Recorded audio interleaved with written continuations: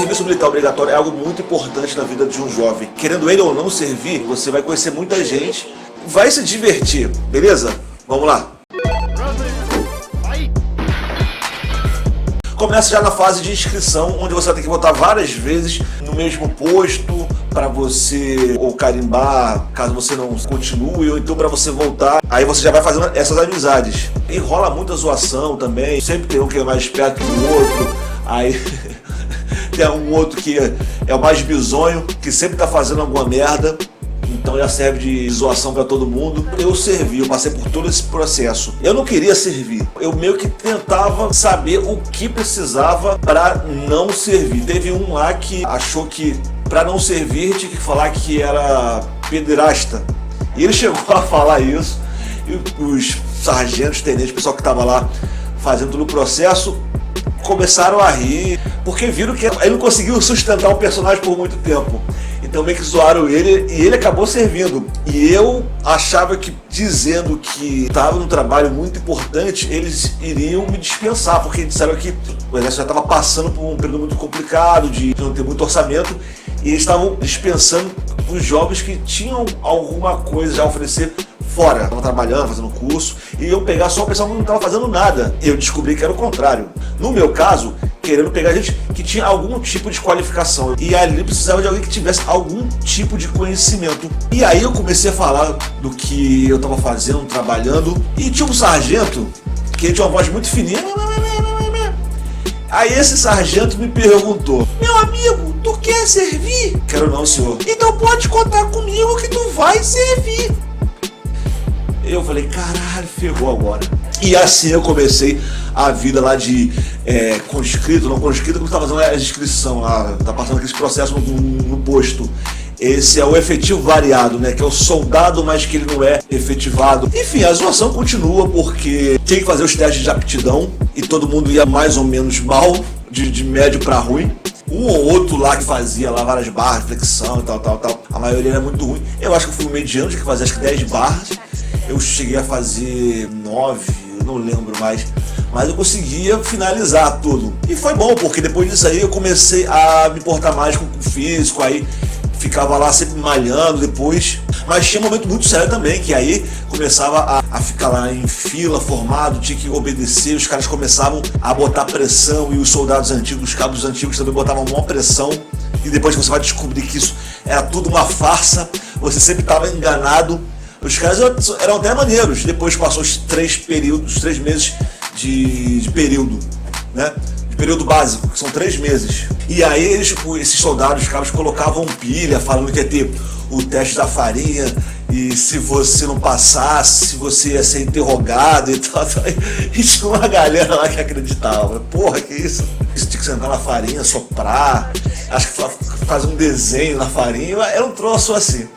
Mas o período que era meio constrangedor era você tinha que ficar pelado na frente do médico e assoprar para saber se você tinha hérnia ou não. Era algo assim. E se você tivesse, eu acho que eles dispensavam. No quartel, o pessoal não recebe ajuda de custo. O máximo, pelo menos no período que eu servi, recebia dinheiro só do transporte, de ida e volta. E aí, se você pegasse 2 anos de ida, 2 de volta, você tinha que arcar com a outra passagem. Era a sua obrigação. Eu acho que era assim.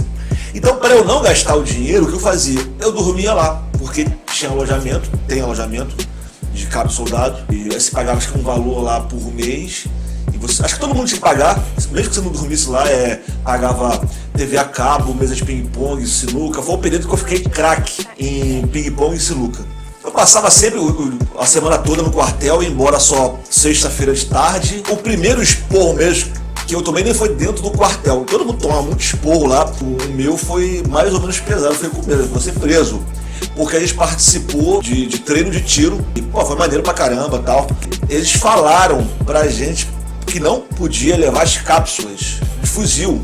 E aí a gente acabou pegando algumas, já saindo do quartel, a gente pegou um ônibus pra ir embora. Aí todo mundo reunido, tirando as mochilas, começou a tirar as mochilas, as cápsulas. E aí nisso tinha um militar dentro do ônibus, ele deu um esporro lá na gente geral.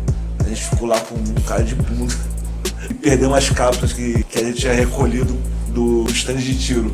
E aí com o dinheiro, o que eu fazia, ou no final de semana eu saía, eu gastava lá uma graninha que eu guardei no quartel, ou então eu passava a semana toda lá no quartel, eu terminava o serviço, sei lá, 4h30, 5 horas, aí ficava ali sem fazer nada.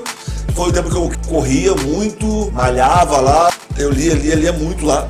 Aí tinha uns jornais, tinha umas garotas de programa no jornal.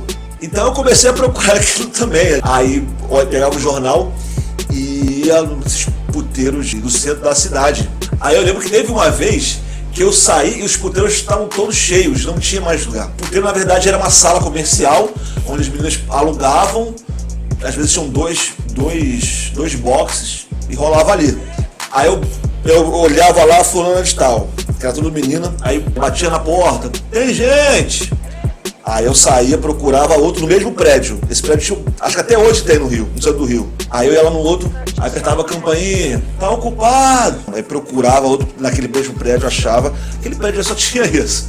Aí eu batia na porta, volta mais tarde. E caramba, tá difícil. Até que nessa terceira, eu acho, não lembro, que saiu uma mulher assim, deveria ter os seus 40 anos. E aí ela olhou pra mim e falou, tá procurando alguma coisa? Aí eu falei, um serviço que eu encontrei aqui no jornal. Olha só, um serviço que eu encontrei aqui no jornal. Aí ela percebeu, né? Depois eu descobri que ela, na verdade, era dona de uma das salas, na qual eu não tinha batido na porta. Ela tava saindo, eu tinha dispensado as meninas.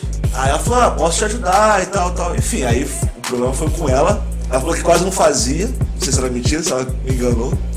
Ela falou que já fez muito, mas hoje em dia ela já não fazia mais porque ela tinha umas meninas que já faziam pra ela ganhar dinheiro. Ela alugava a sala e ganhava das meninas. Tipo, uma cafetina, né? E era um período também, 17 anos.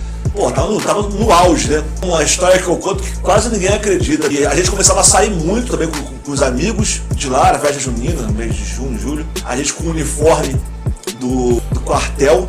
As garotas gostavam e tal. A gente fazia até um sucesso. Essas idas, aí conheci uma menina, a gente saiu depois, sem um puto. Tava com fome, eu falei, vou comer o que der sustância. Eu pensei, paçoca. Eu comprei 7 paçocas, que era o que dava pra pagar, e o motel que eu tinha que pagar. Aí eu comi só 7 paçocas, e aí eu dei 7 naquela noite no hotel, que quase ninguém acredita, mas isso é verdade, 17 anos também não é tão difícil assim, né, porra. Eu sei que na segunda vez saía alguma coisinha ainda, na terceira já não saía nada, só aquela fisgada assim. Esse é um período muito doido porque a gente começou a pensar em como trazer essas meninas para dentro do quartel. Escuta só, um conhecido nosso, até conhecido até hoje, ele conseguiu fazer com que uma garota, ele pagou uma menina para ela ir lá no quartel no dia que ele estava de serviço. Era eu, ele, mais um doido. E aí a gente combinou para ela entrar em tal hora. E era a hora que eu estava de serviço, estava no plantão. Era no quarto de hora, ficava lá 2 horas lá em pé. Ele estava fora e foi abrir a sala para onde a gente ia, e o outro estava levando ela para entrar com ela. Esse o terceiro levou ela, apontou aonde que ela tinha que entrar, e nisso ele fez a volta e entrou pela frente. Ela ia entrar pela lateral, aonde eu estava no plantão. Ele entrou com a menina pela lateral do quartel, onde não podia entrar. Então eu abri lá o portão para eles entrarem e a gente depois terminar essa hora, tava quase terminando já. E aí eu olhei, tinha um policial do exército, um PE, que fazia sempre a ronda no pátio lá de fora. Eu falei, caralho, o PE viu, fudeu muito. Já era, tamo fudido, vamos ser presos. E aí eu falei com ele falou, não viu nada, e subiu. Minutos depois, tenente lá do dia chegou junto com o PE, que eu já vi logo porque o PE tinha um capacete e tal. Aí ele falou comigo, viu o que tinha acontecido, que arrumou a sala, que já estava em plantão também.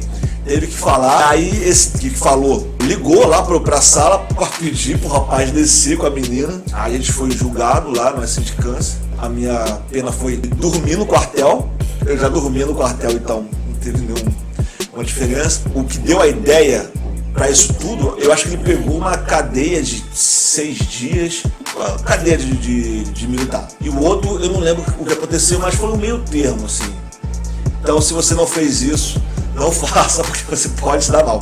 Ou então faz muito bem, que nenhum policial do exército veja o que está acontecendo. Tem muita zoação, mas também tem uns momentos meio complicados. Nesse período que tinha que ficar de plantão, ficar 2 horas, depois descansava 4, depois ficava mais 2 horas de plantão, o que aconteceu? A gente sabia que tinha uma sirene, que era de alarme, que estava acontecendo alguma coisa. Teve um dia que a gente estava lá e tocou esse alarme. Então, teoricamente, a gente teria que já saber o que fazer em cada lugar.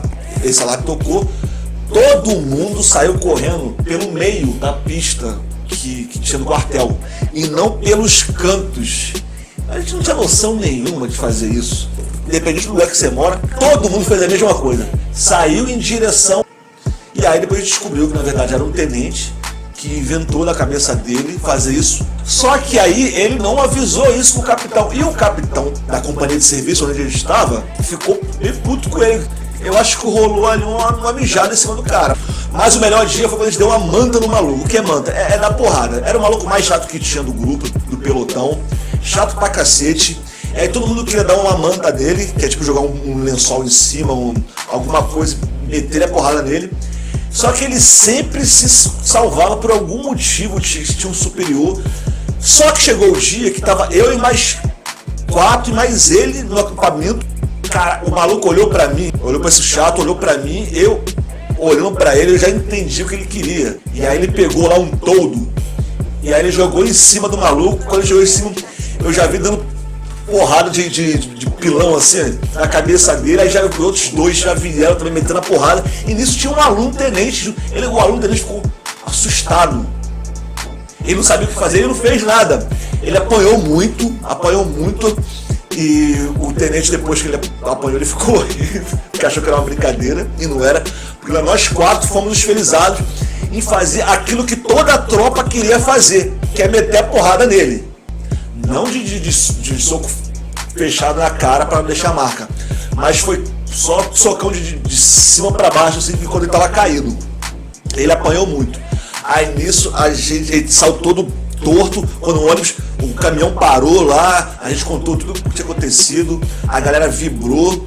Enfim, eu fiquei muito aliviado por fazer aquilo ali, porque era o maluco mais chato que tinha, ninguém gostava dele.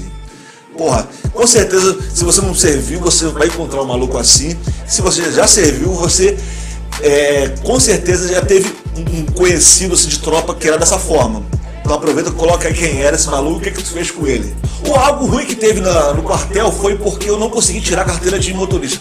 Na verdade eu não consegui não, eu não tive interesse. Porque lá você tem a possibilidade de tirar a carteira de motorista muito mais barato do que aqui fora. Eu falei, pra que eu quero isso? Depois, 1 ano depois, fora do quartel, 2 anos depois, eu queria tirar, porque era muito mais caro, acho que 3 vezes mais caro. Então se puder, tem que tirar ali mesmo a carteira e acabou. O saldo é sempre positivo, a não ser que você realmente queira abandonar o quartel, enfim, não queira voltar mais. Um dia você vai se arrepender, vai ter que pagar por isso, por querer fugir, e aí vai querer consertar tudo e tu tá fudido. Tu vai pegar um tempo de cana, é mau atraso.